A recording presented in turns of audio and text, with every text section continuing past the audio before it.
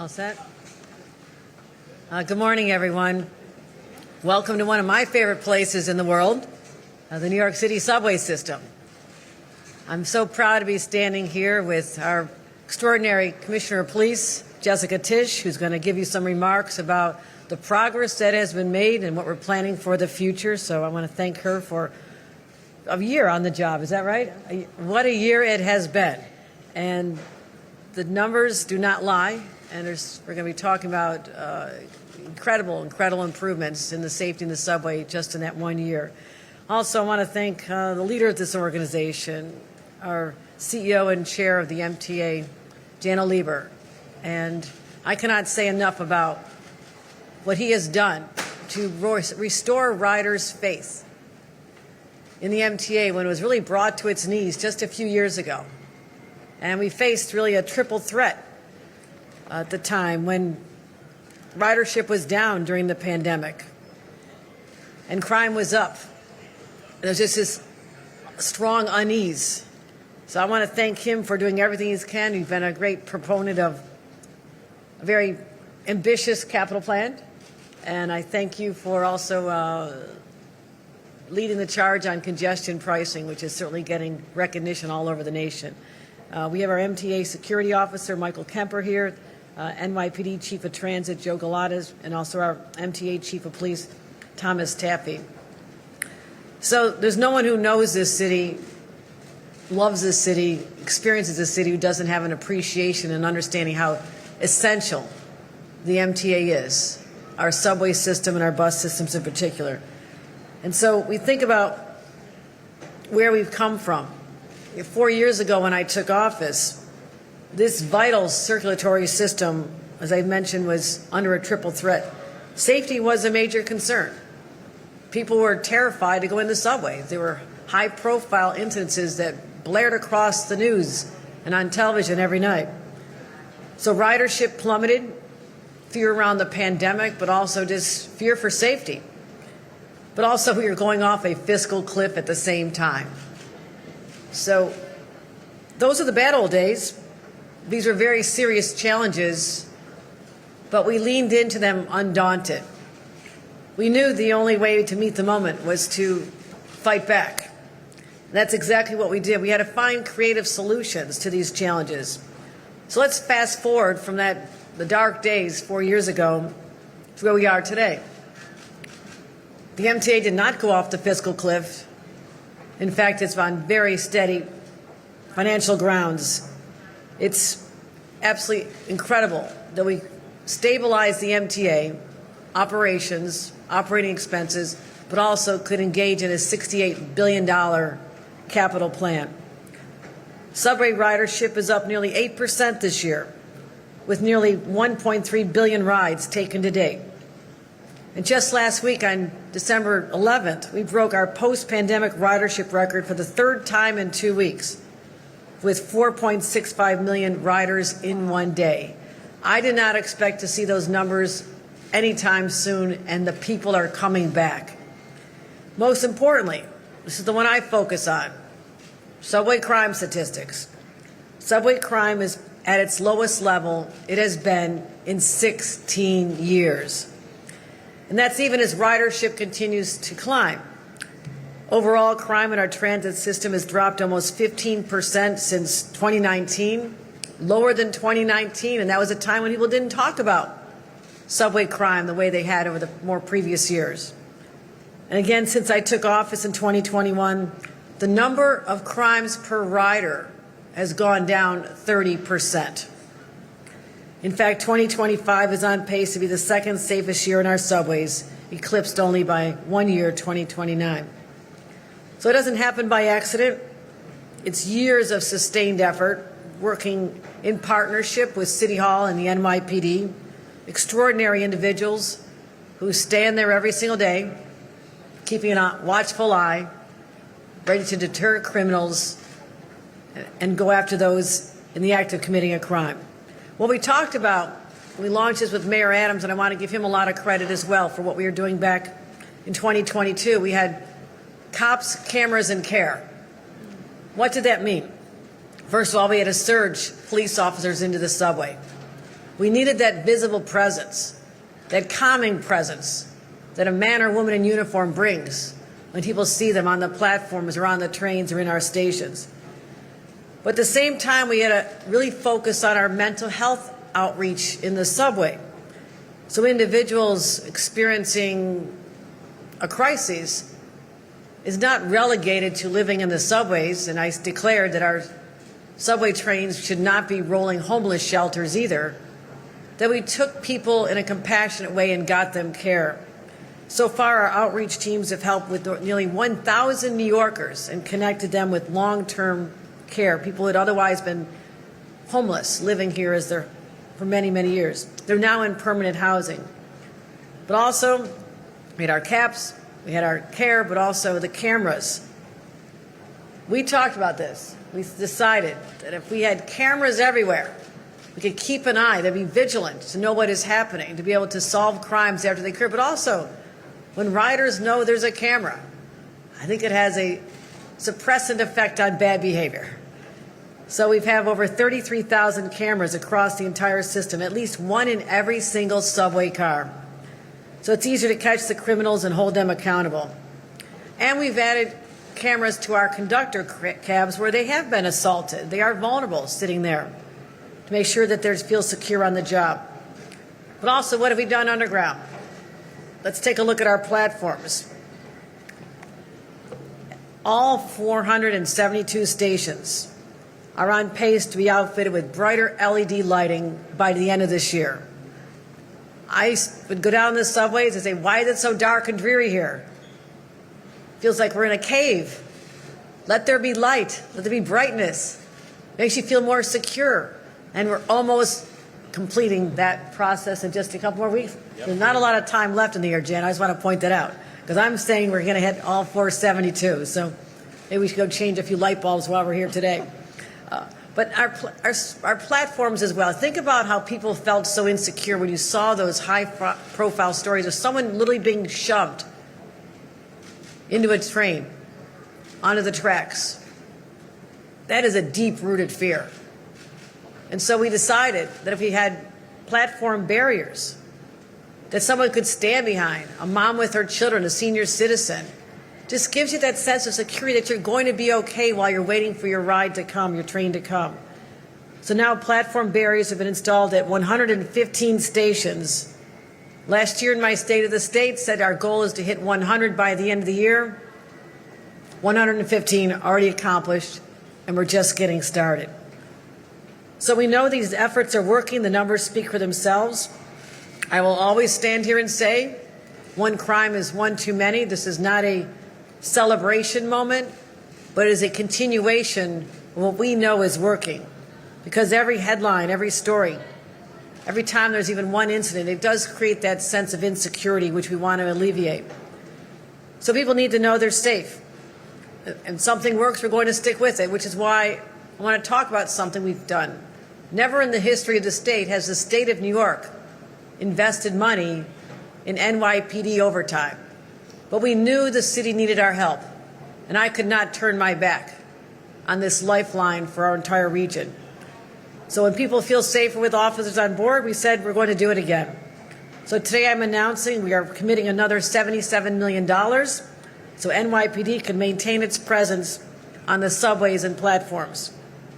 These funds will support over 600 officers per day and keep riders safe and surge patrols when they're most needed at the discretion of our police commissioner to help cover overtime for those who are doing above and beyond and make sure that people can ride the subways without fear. So we're going to continue making these investments in people, in placements, in infrastructure. So at the end of the day, we know that our healthcare workers are going to get home safely. People in the entertainment field, hospitality, coming home late at night, will have that sense of comfort and ease. And our teachers and construction workers who ride our subways before dawn will know that they'll get there safely. This is why we'll never stop fighting for the safety and security of all New Yorkers, and it starts right here underground.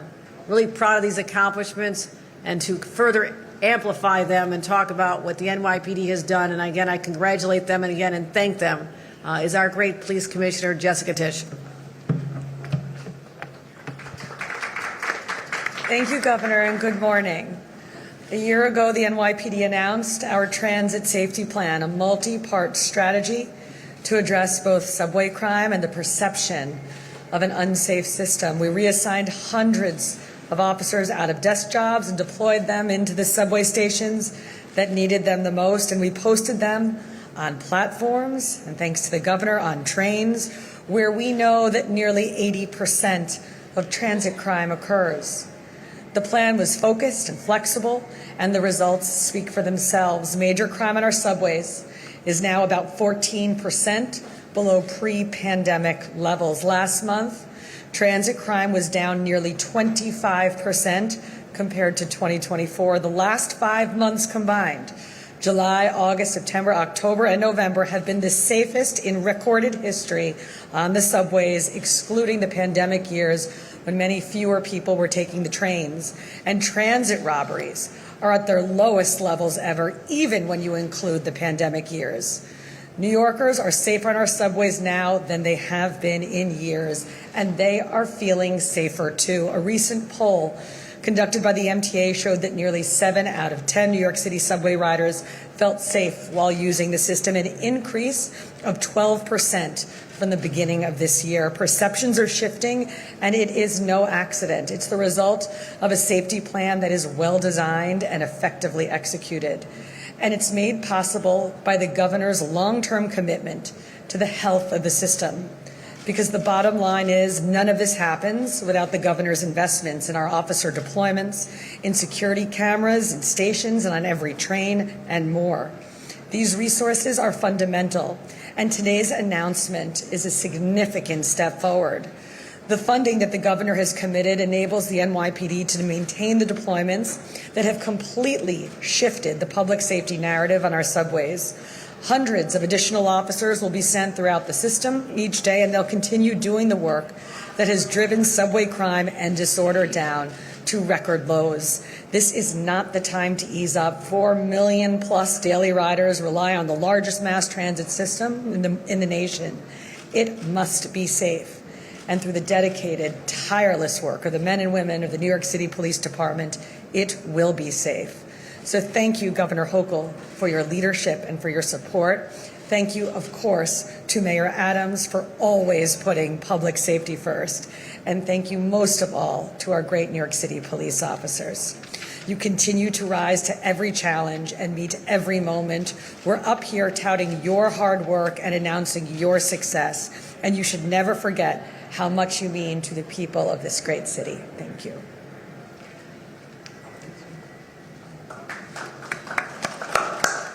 Well, thank you, Commissioner, for your extraordinary leadership and for the success of the plan you've executed. And thank you to the governor for everything you have done in the past year and in years before to alter the perception of the subway and alter the safety experience of our riders.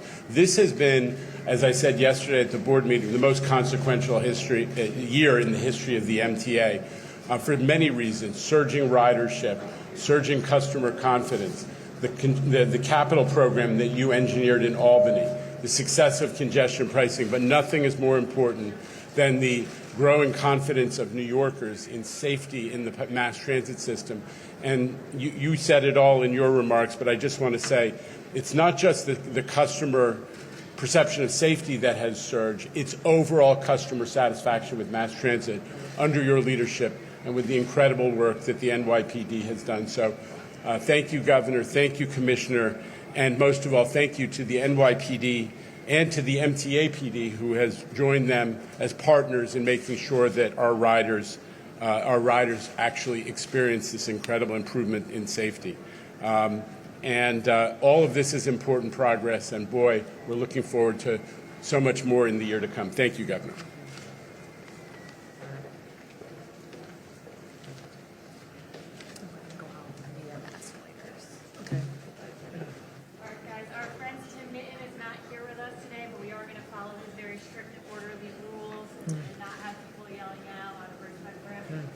But I'll. Folks, we're going to start with on-topic questions.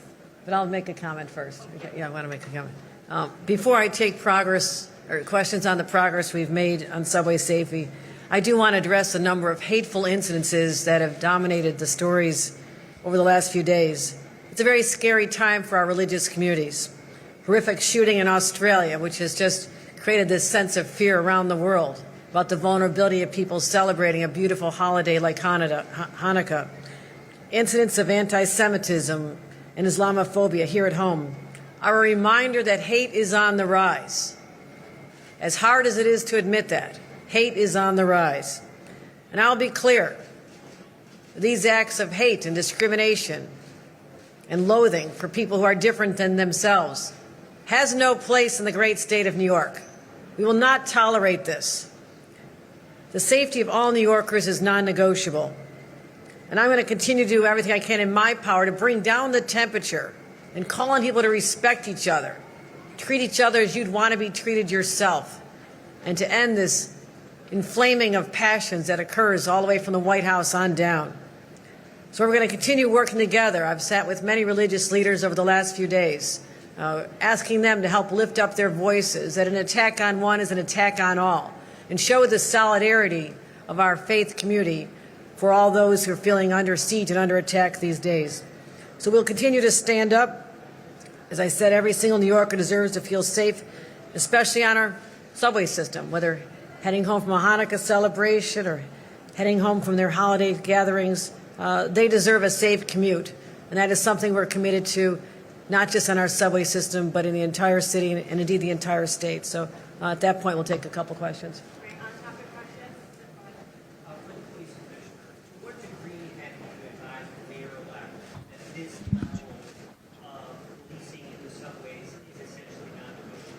Have to keep a certain staffing level, and do you think that's what we're going to continue to see in the months ahead? Sure. I've had a number of great conversations, both with the mayor-elect and his team, and we're doing briefings on different topics. And what I can tell you is both the mayor-elect and his team are committed to public safety and are very pleased with the results that they're seeing, both in the subway, below ground, and above ground as well.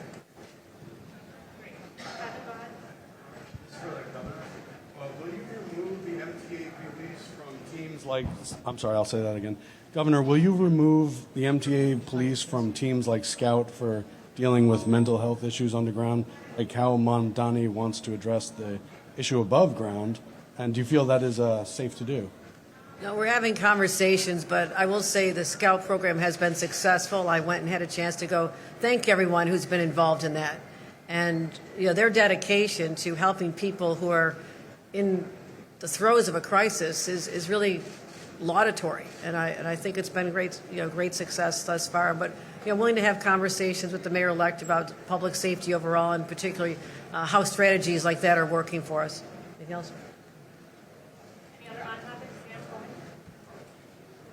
Just wanted to, this may be for the police commissioner.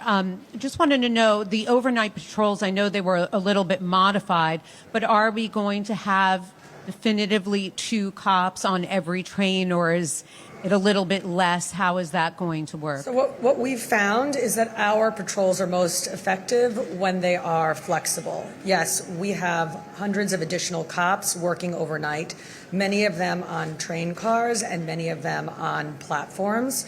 But we appreciate the flexibility to put cops where the crime is occurring. So not necessarily 2 cops on every train car.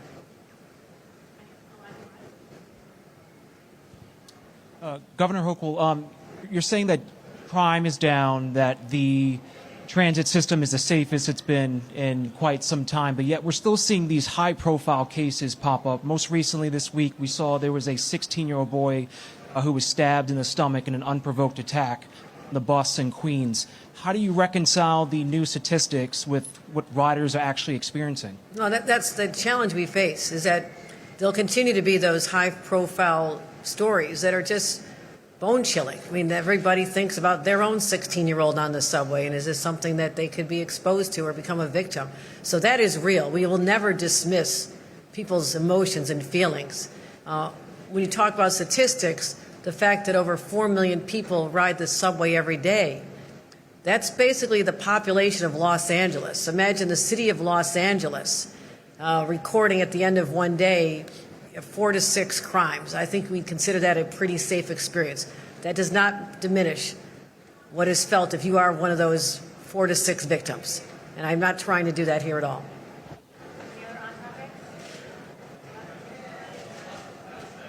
Hi, Governor. Just a question. Hey, sorry.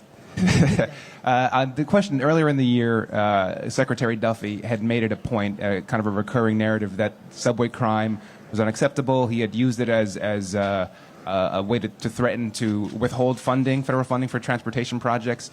A year later, being here and with the statistics that have come out, what is your response to Secretary Duffy and the Trump administration on how safe the subway is? Well, they were wrong then and they're wrong now. I mean, they should not ignore the fact that we have data that verifies a tremendous decline in subway crimes and even, the robberies or the assaults. And again, I'm not saying we're done. I'm not resting on our laurels here, but we'd appreciate if the administration would just deal in reality. Maybe that's asking a lot, I don't know.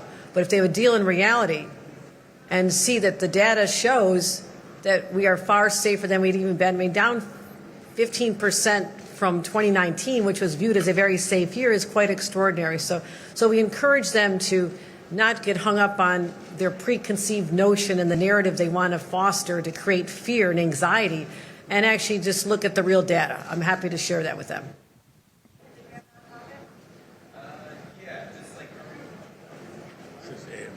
Is the funding level staying the same for the cop overtime on the subway, or is it changing at all this year?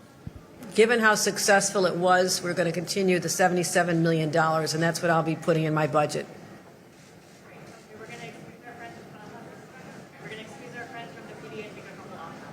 Thank you. Can I go too? Thank you. Thank you, Commissioner. Appreciate it. All right, thank you. Great to see you. All right, thank you.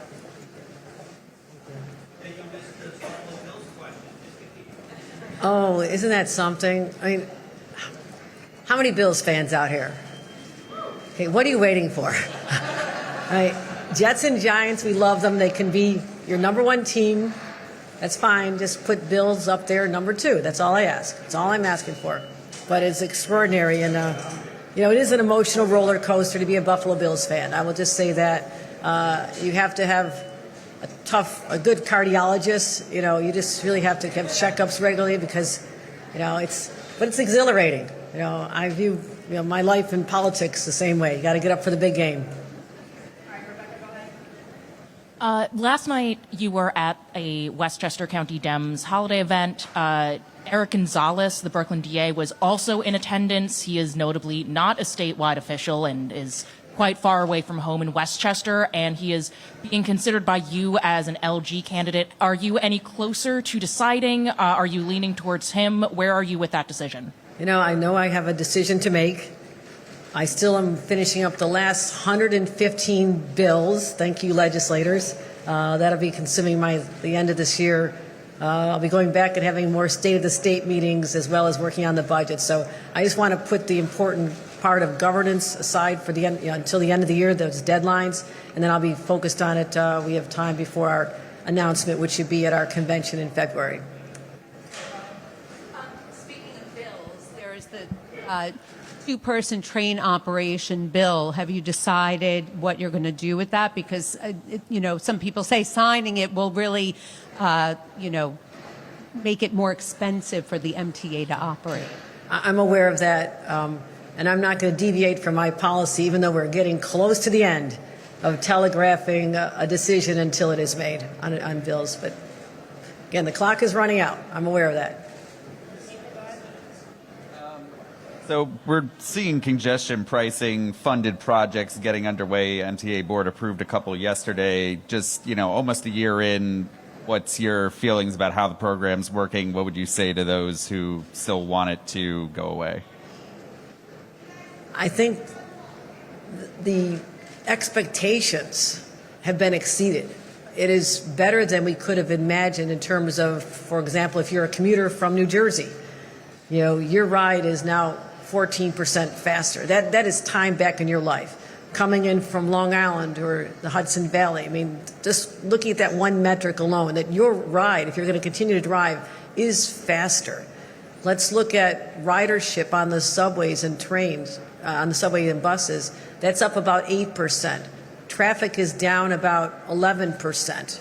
25 million fewer vehicles, 25 million fewer vehicles going into that zone just since last January 4th. That's extraordinary. Emissions are down about 22%. Air quality is up. And now we're having the money to be able to fund really important projects. So our revenues are on track to bring in the $500 million that we are expecting.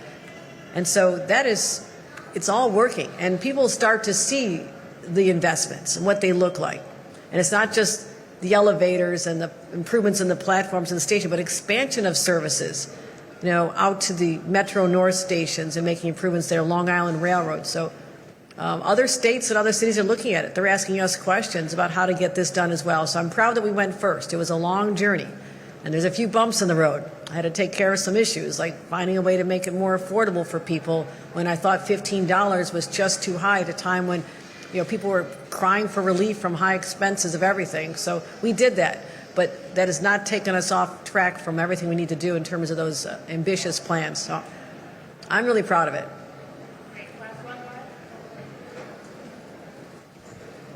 Governor, a follow-up on this congestion pricing. Yesterday, coming New Jersey governor said that she's thinking in a congestion pricing on New Jersey for the World Cup. So right now we'll have two congestion pricings, making so unaffordable for people going New York, New Jersey, paying double. What do you think about it? I will have conversations with the mayor-elect. We just spoke yesterday on other issues, but I don't know if that was related to FIFA, the expectation that there's going to be massive crowds here. We'll deal with that. We have a long-range strategy to deal with what will anticipate to be incredible numbers of people coming to this region to celebrate, one of the world's greatest sporting events. So we're excited about that. But from our point of view, decisions have not been made. We look forward to working with New Jersey to have very robust traffic management plans for those events.